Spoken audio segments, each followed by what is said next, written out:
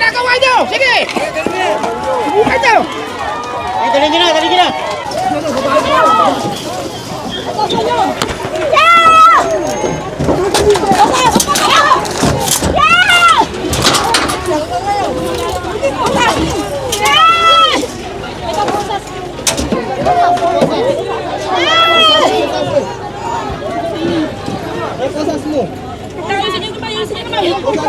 Sige, ano nyo lang dito. Huwag nyo na masyado kami. Sige.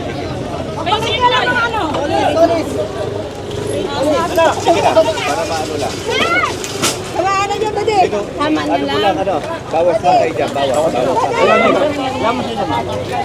Bawas na kayo, bawas.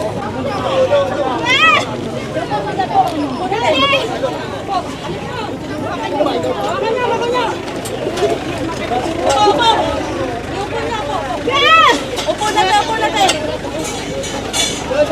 Ay! Bawal yan! Nakarehistro ka na! Sumunod ka na muna.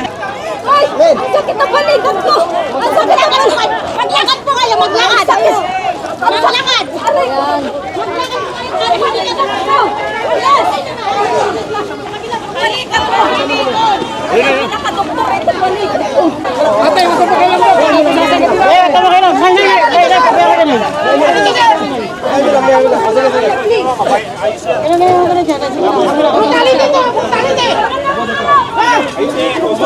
Sasama ko.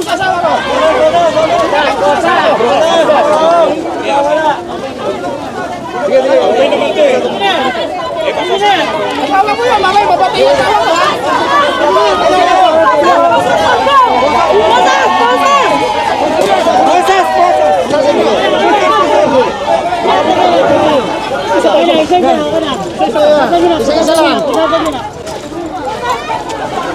Sige, makakulong talaga.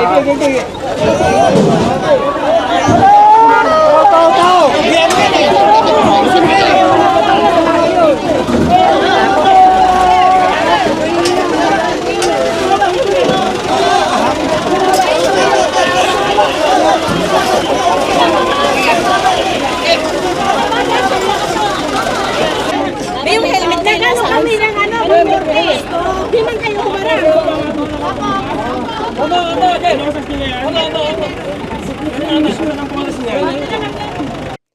Nauwi sa tensyon at gulo sa pagbalik ng lokal na pamahalaan sa lupang pagmamay-ari umano nito sa nagpayong barangay Pinagbuhatan. Sa kabila ng paulit-ulit na pakiusap ng mga otoridad, tumanggi ang grupong tinatawag na Far Eastern Community na lisanin ng lugar dahilan upang umabot sa bayolenteng sagupaan. Simula Pebrero 25 hanggang 26, ilang beses pinakiusapan ng mga otoridad ang grupo na umalis sa lupa. Ngunit sa halip na sumunod, mas pinili nilang magmatigas at mag-overnight sa lugar. Mismong si retired Colonel Rodrigo de Dios, hepe ng Peace and Order Department ng Pasig ang nakipag-usap sa grupo. Binigyan sila ng 30 minutong palugit upang lisanin ang lugar. Sa kabila nito, patuloy ang kanilang pagtutol. Kami lang nakikipag-usap. Doon na daw kayo. Ito po pangalan ko, ako po Department Head ng Peace and Order, under ko po ang action line. Ako po si Richard Colonel de Dios. Picture niyo po. Pati ako picturean niyo po. Pati ako po picturean niyo.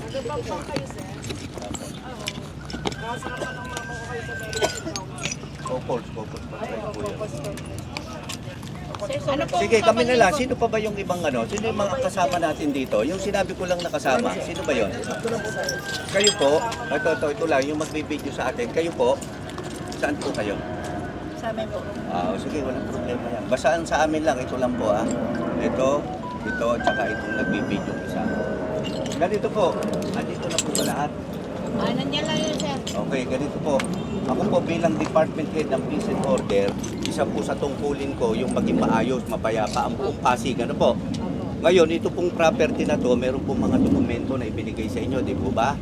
Meron ng tax declaration, Yes, sir.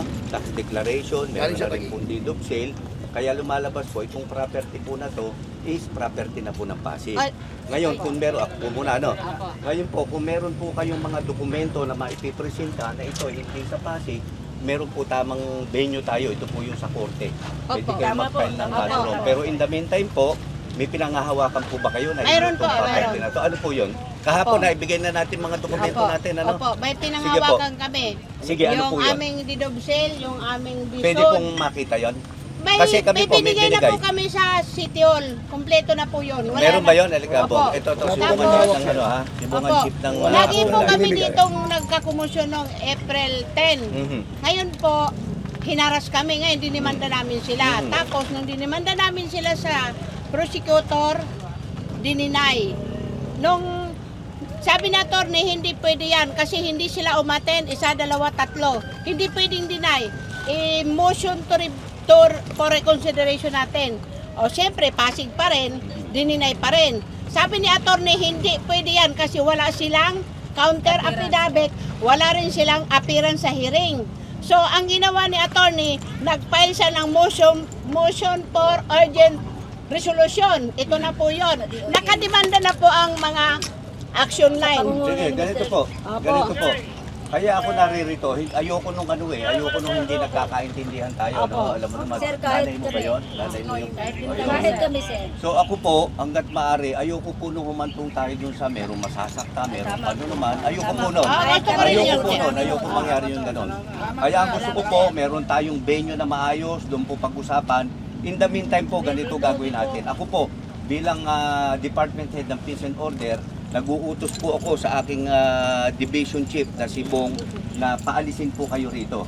Bibigyan Ay, hindi ko po kami kayo. alis. Okay, Hindi kami ganito po, alis. ganito po. Kasi laging ganyan ang ginagawa ninyo. Bibigyan Kinurte ko po namin kayo. kayo, hindi kayo sumagot. Sa korte na lang po. Sige Abogado po. to abogado na lang. Bibigyan ko po kayo ng 30 minutes 30 para minutes na. umalis dito. Ano po? Nadagdagan na natin. Wala. Ngayon, Kapit basic ngayon, tayo. ganito po kung sakali po Ay, na hindi. hindi po kayo aalis dito, Forma dito. yun po ang mangyayari sa Laging atin. nangyayari yan Gusto ko ganyan. po Forma, makaalis forma, kayo oy. dito ng makaayos. Forma.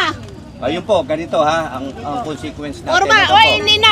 Para pa tayong magreklamo, Ganyan pa rin yan. kami po kapag Dali, nasaktan wag yun kami, ang ano yan, para intindihin. pag hindi namin magreklamo pagka kami nasaktan, Kapit lalo na po. basic na. Huwag yun intindihin yan. Ang mangyayari po nito, Pinosiso namin ang tama. Dinimanda kayo, hindi kayo sumagot.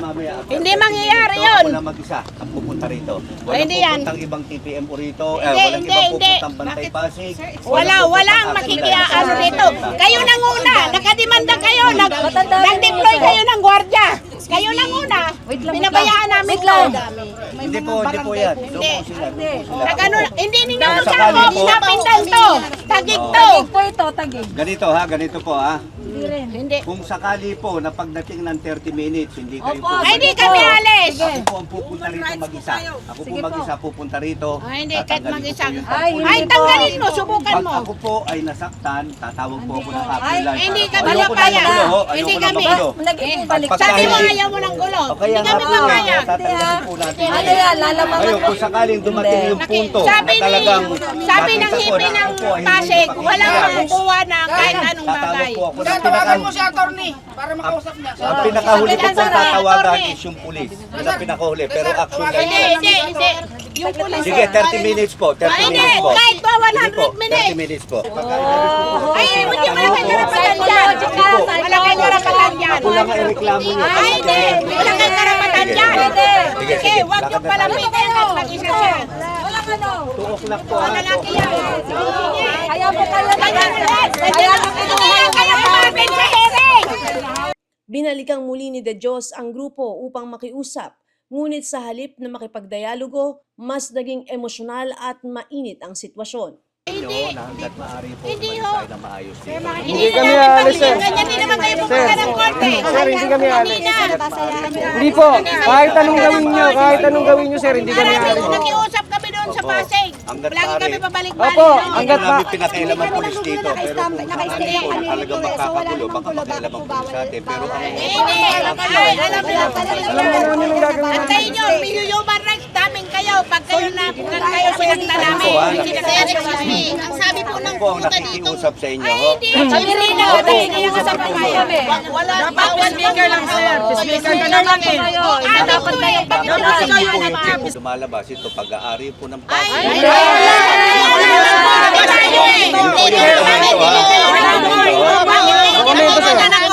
Binigay po sa inyo. Antayin nyo na lang Kasi ako nakikinig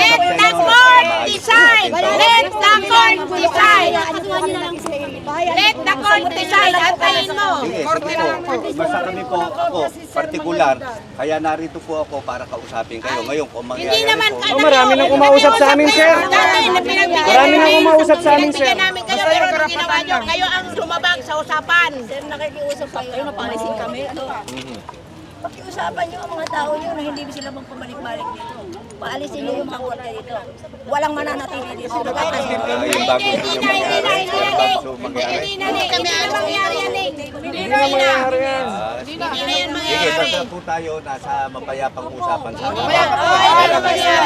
Dahil sa matinding pagtanggi ng grupo, napilitan ng otoridad na alisin ang kanilang itinayong tolda at iba pang gamit. Sa puntong ito, nauwi na sa sakitan ang sitwasyon. May nanakal umano, may nangagat at nagkaroon ng komosyon. Hoy, sa gilid. Dito sa gilid, tol.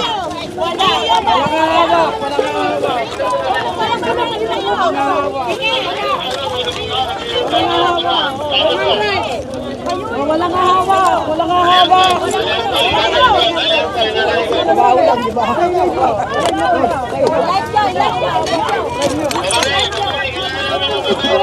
Okay.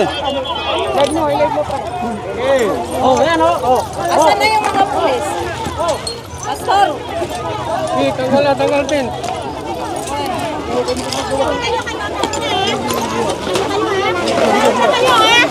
Nananakit kayo.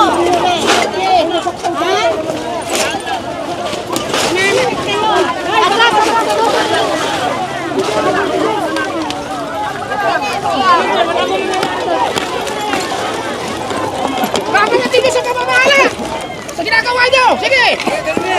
Subukan nyo! Ay, dali nyo na, dali nyo na.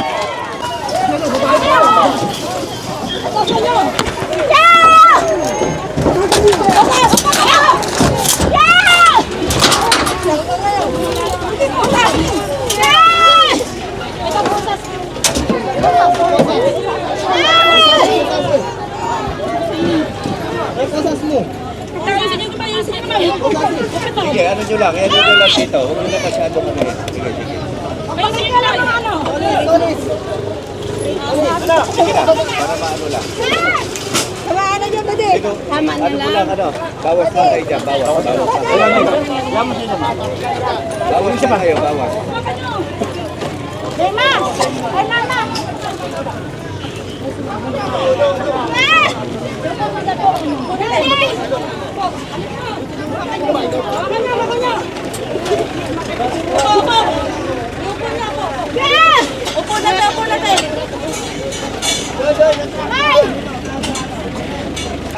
Ay! Ang sakit ng balikat ko! Ang sakit ng balikat! Maglakad po kayo, maglakad. Maglakad. Ayan! Maglakad po kayo. Balikat po. Balikat po. Nakadoktor ito balikat ko! Nasa doktor ko! Ate, magpapakilang mo! Eh, tama kayo lang. Hay, hay, hay. Hay, hay, papayaw ka na.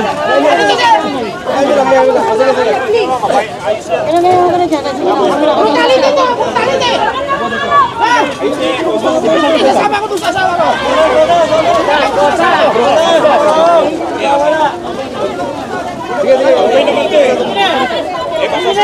Asawa mo yun, mamay, mabati yung asawa mo, ha?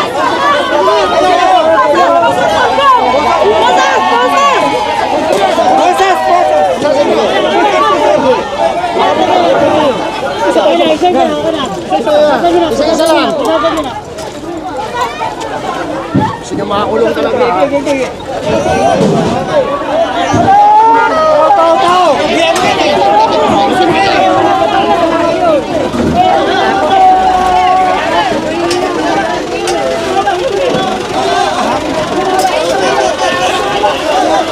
Ayon pa sa ulat, ang nasabing grupo ay isa umano sa mga nagbebenta ng rights sa naturang lupa. Matapos ang insidente, dinala ang mga sangkot sa Substation 5 ng Pasig City Police para sa investigasyon. Iginiit ng lokal na pamahalaan na mayroon silang konkretong plano para sa lupa na nakalaan upang mapakinabangan ng nakararaming Pasigueño. Nandito nga tayo sa atin sa nagpayong property ng city government na nasa jurisdiction ng barangay Napindan Taguig. No? kung saan inoccupy ng mga illegal occupant yung pag-aari ng City Government of Pasig dito sa lupa.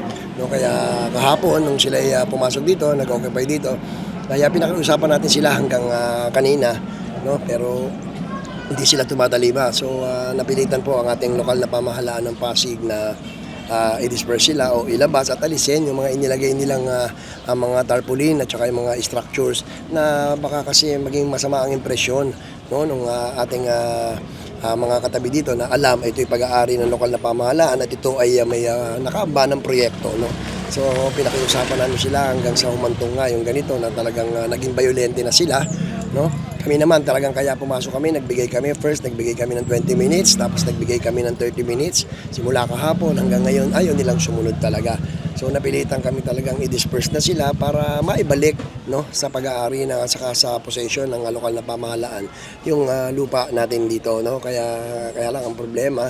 So yun nga, no, nakakalungkot isipin, ayaw man naming mangyari, talagang nagkaroon ng konting sakitan sapagkat nakita mo naman kung mapapansin nyo sa video nyo pagpasok namin nag-aalis yung ating mga tao, no, yung puro babae muna pinapunta ko sapagkat ang kinofront nila puro babae ay nasaktan yung ating mga kasamahan, no. Nakita mo pinagsasakal, kinagat, pinagtutulak, tumumba lahat. So napilitan kaming kuhain o arestuhin yung mga taong iyon para maipakita na seryoso ang pamahalaan ng Pasig, no, para proteksyonan itong ating pag-aari.